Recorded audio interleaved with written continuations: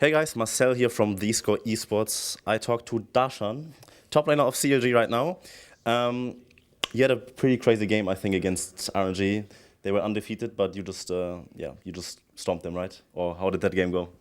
Well, by all accounts, it was really their game to lose, and I honestly felt like they deserved to win that game. We just kind of played the last three team fights a lot better than them, and kind of took advantage of the fact that we had a much better team fighting comp than they did. But I felt like when they got two inhibs, the game should be over.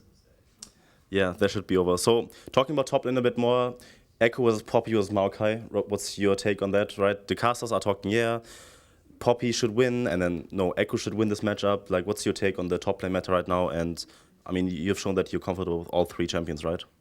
Yeah, I think basically Echo's the best laner out of the three because it doesn't really matter how poorly you play the first couple levels. You just Q the wave, instantly shove it. As soon as you get level 6, you can kind of just ulti back, and it's like a free teleport back to lane. So you just get advantage out of that.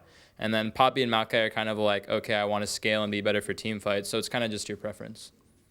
Okay, so best of ones are almost over, and I think a lot of people said that CLG is better at best of fives, right? So, what does CLG make better at best of fives at adapting during the games, or what's in your eyes like CLG's strength coming into like the best of fives? Because I'm pretty sure you guys are locked into the top 4 right now. Yeah, I think it would be adapting. I feel like win or lose, we've actually gotten like a pretty good mentality of just like focusing on winning the game. Like even that game against Royal, we were down 20K and we're still fighting, trying to win it because we knew we could still win the game. And that mentality carries over to our best of fives where we're constantly adapting in the draft, in the game, and we just play better and better against our opponents. And of course, you have SK is probably gonna make it. You have RNG and I think Flash Wolves. Who do you want to avoid, and who do you want to play most, maybe in the final even? I kind of do want to play SKT in the finals. I think it would be pretty awesome to play them in the finals, and probably for the first stage play against Flash Wolves, because I think out of those three teams, they're probably the weakest, but it's still really close, and all those teams are really strong. Okay, so people have been doubting you, I think, internationally. There have been comments from experts saying that, yeah, Darshan is really good domestically in North America. You're just styling on all these people. But the second you go to international tournaments, it doesn't really hold up anymore. And after this tournament, I think you can safely say that this might not be even true anymore, right? Yeah, I mean, it kind of just like, I felt like the reason I would have poor international performances, but we were just pretty bad as a team. And I think that's what this tournament shows is you win as a team, you lose as a team. Like, yeah, 6A is looking really good right now, but I think we're all doing well, and that shows. It's not about how I'm going to do individually against these top laners because I'm playing Poppy versus Maokai or Echo or one of those three matchups, and literally can't. It's so hard to like outplay your opponent, like solo kill them in lane, that it's just about how you play towards your team, and that's my focus right now. It can't be about making those solo plays, playing carry, split pushing only. So I adapted to the meta, and I'm doing my best for this tournament. So I think it's working pretty well so far. Yeah, it is working for you guys for sure. So, coming in this tournament, people thought that 1-3-1 is going to be like the big thing, right? But why are teams so bad at this right now when they can just 1-3-1 teams like RNG to death that are good at team fighting?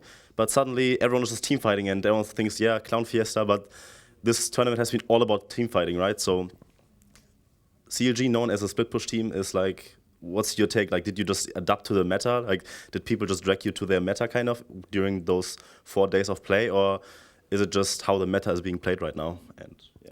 I think 1-3-1 is still a viable strategy and is a viable strategy for us. It just depends on the champions we have, and we kind of didn't have the most ideal champs for 1-3-1ing for most of the games. But I feel like every team at this tournament is pretty bad at 1-3-1. Like split pushing in general, they just want to group and fight.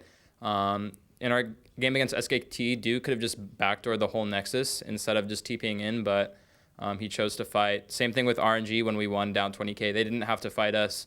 They could just split us, but a lot of teams are just tunneled on fighting us. So I think that's a thing that we can take advantage of when we start 1-3-1ing. Okay, and last question is, do you think that CLG being like a team fight team right now will help you going to the next split, maybe even that you're like a bit more versatile? Because last split, you guys kind of won all games through you split pushing them to death and then out-rotating people like the CLG way. But yeah, what do you think about like what's going to happen moving forward, regardless of what the outcome of this tournament is right now? I think it's just been an honor to play this tournament because we're basically playing against the best team from every region. So we're learning so much about like the picks, how they play the game, and like all of that. And this experience is going to make us come back to North America as such a stronger team and hopefully make the region stronger as a whole, which is always great. So I think it's just been a great learning and improving experience. Yeah, definitely. Any last words for your fans? Just want to say thank you to all the NA fans. We're going to make you guys proud. Bring home that MSI trophy. Bringing home the trophy. You definitely made me proud as a former CLG mate. Yeah, I do what I can. You do what you can. So thank you guys so much for watching this interview. And if you want to check out more stuff, we have them covered at theScore eSports.com. And see you guys next time.